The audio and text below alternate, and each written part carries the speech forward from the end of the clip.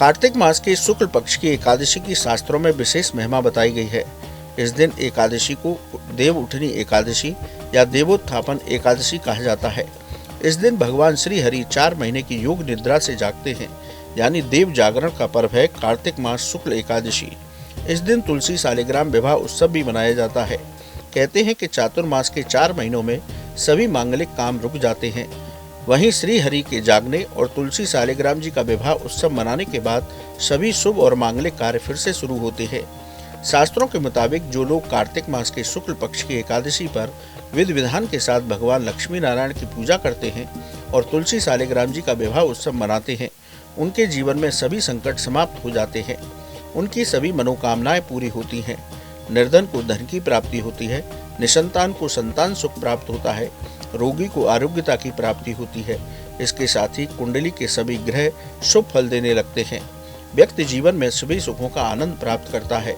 इसके साथ ही उसके सभी पाप कर्म नष्ट हो जाते हैं।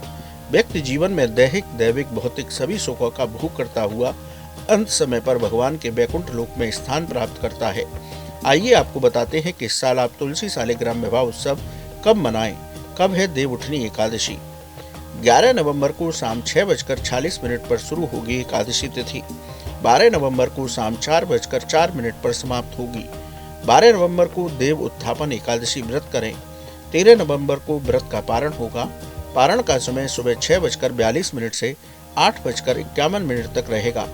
स्मार्त और वैष्णव सभी के लिए एक ही दिन है एकादशी। इस साल दुर्लभ संयोग में है एकादशी पर्व। एकादशी व्रत पर सर्वार्थ सिद्ध योग बन रहा है। एकादशी तिथि पर रहेगा रवि योग। एकादशी तिथि पर रहेगा हर्षण योग। शिववास योग में बनेगा एकादशी पर्व। कैलाश पर विराजमान रहेंगे महादेव। एकादशी पर रहेगा उत्तराभाद्र नक्षत्र। एकादशी पर रहेगा ववकरण। इन सभी योगों में पूजा का मिलेगा अक्षय पुण्य। ब्रह्म मुहूर्त में पूजा का मुहूर्त 4:55 से 5:48 तक रहेगा। अभिजीत मुहूर्त सुबह 11:43 से दोपहर 12:26 तक रहेगा। गोधूली मुहूर्त शाम 5:28 से 5:54 तक रहेगा। प्रदोष काल का मुहूर्त 5:28 से 6:47 तक रहेगा। इस साल 12 नवंबर को तुलसी शालिग्राम विवाह उत्सव और देव उठनी एकादशी का पर्व मनाना शुभ होगा। आइए अब आपको बताते हैं तुलसी शालिग्राम विवाह की सबसे सरल विधि। तुलसी जी के पौधे के चारों तरफ स्तंभ बनाएं। उसे फूल, आम, अशोक के पत्तों से सजाएं। रंगोली से अष्टदल कमल बनाएं। शंख, चक्र और गाय के पैर बनाएं। अष्टदल कमल पर शालिग्राम जी या गोपाल जी का विग्रह रखें। सिंहासन सहित विग्रह स्थापित करें। शालिग्राम शिला का पंचामृत से अभिषेक करें। तुलसी जी का पंचोपचार विधि से पूजन करें। एकादशी है इसलिए जल न चढ़ाएं। तुलसी जी को लाल रंग की चुनरी उड़ाएं।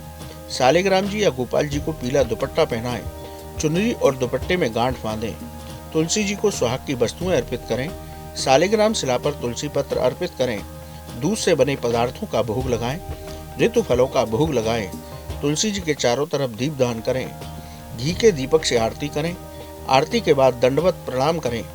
पूजा में गलतियों के लिए क्षमा याचना करें। अपनी मनोकामना पूरी करने की प्रार्थना करें। सामर्थ्य के अनुसार तुलसी शालिग्राम जी की परिक्रमा करें। तुलसी शालिग्राम जी के पास बैठकर हरिनाम संकीर्तन करें। श्रीम ह्रीम क्लीम ऐं वृंदावन्यै स्वाहा द्वादशाक्षर मंत्र का जप करें।